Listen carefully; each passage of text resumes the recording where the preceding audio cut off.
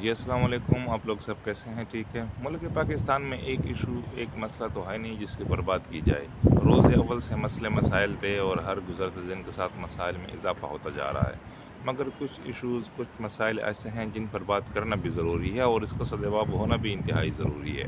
اور وہ ہے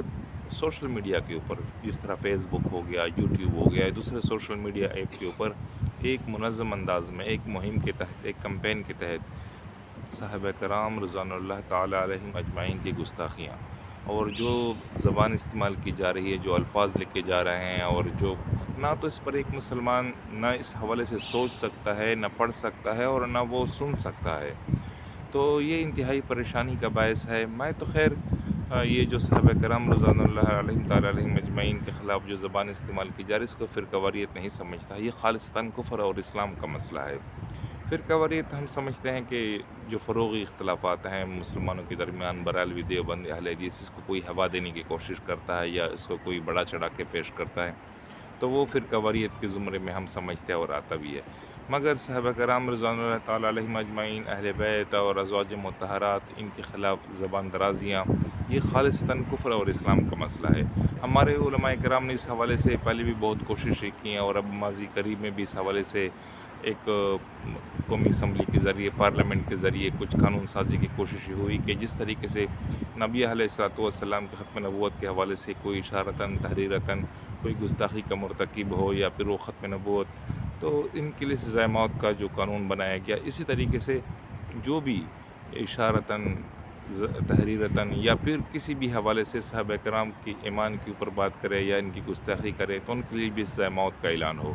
سزائے موت کی قانون سازی کی جائے، تو یہ مسئلے مسائل رک سکتے ہیں کسی حد تک۔ مگر نہ تو اس حوالے سے گورنمنٹ سطح پر پذیرائی ہوئی، نہ اداروں نے اس حوالے سے کبھی سوچا۔ ہمارے علماء کرام نے اس حوالے سے بے انتہا کوششیں بھی کی، قربانیاں بھی دی گئی، مگر کچھ قوتیں ایسی ہیں جنہوں نے بالآخر آ کر اس چیز کو، قانون سازی کو روک دیا۔ تو ضرورت اس امر کی ہے کہ صحابہ کرام رضوان اللہ علیہم تعالیٰ اجمعین کی جو گستاخیاں ہو رہی ہیں، ادارے اس کو نوٹس لیں، ایسے لوگوں کی سرکوبی کے لیے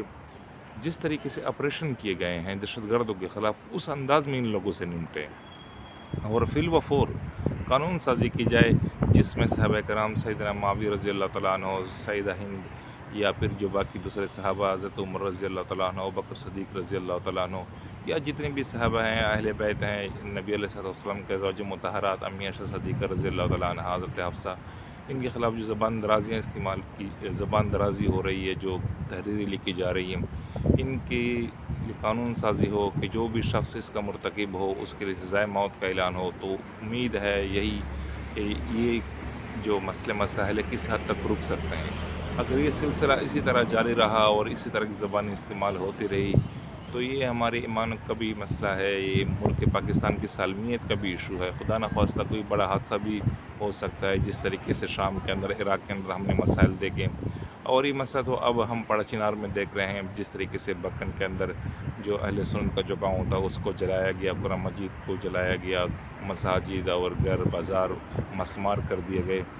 تو بہتر یہی ہے کہ ادارے اس کا نوٹس لیں، قانون سازی کی جائے، اور ہمارے علماء کرام اہل سنت کے جو تینوں مکاتب فکر ہے، بریلوی، دیوبند، اہل حدیث، اس پر بیٹھے اور متفق علیہ عمل جاری کریں،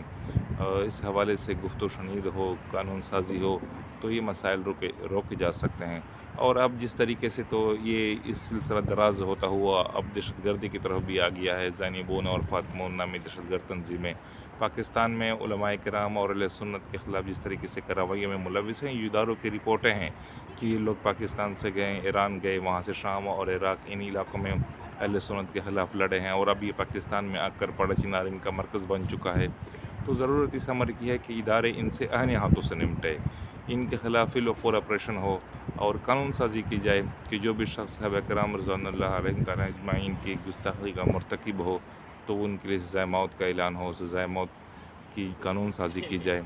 تو امید ہے کہ انشاءاللہ یہ مسئلے مسائل روکے جا سکتے ہیں۔ بہت شکریہ۔ اللہ اہل سنت کی حفاظت فرمائے اور ہمیں ایمانی قوت دے کہ کم سے کم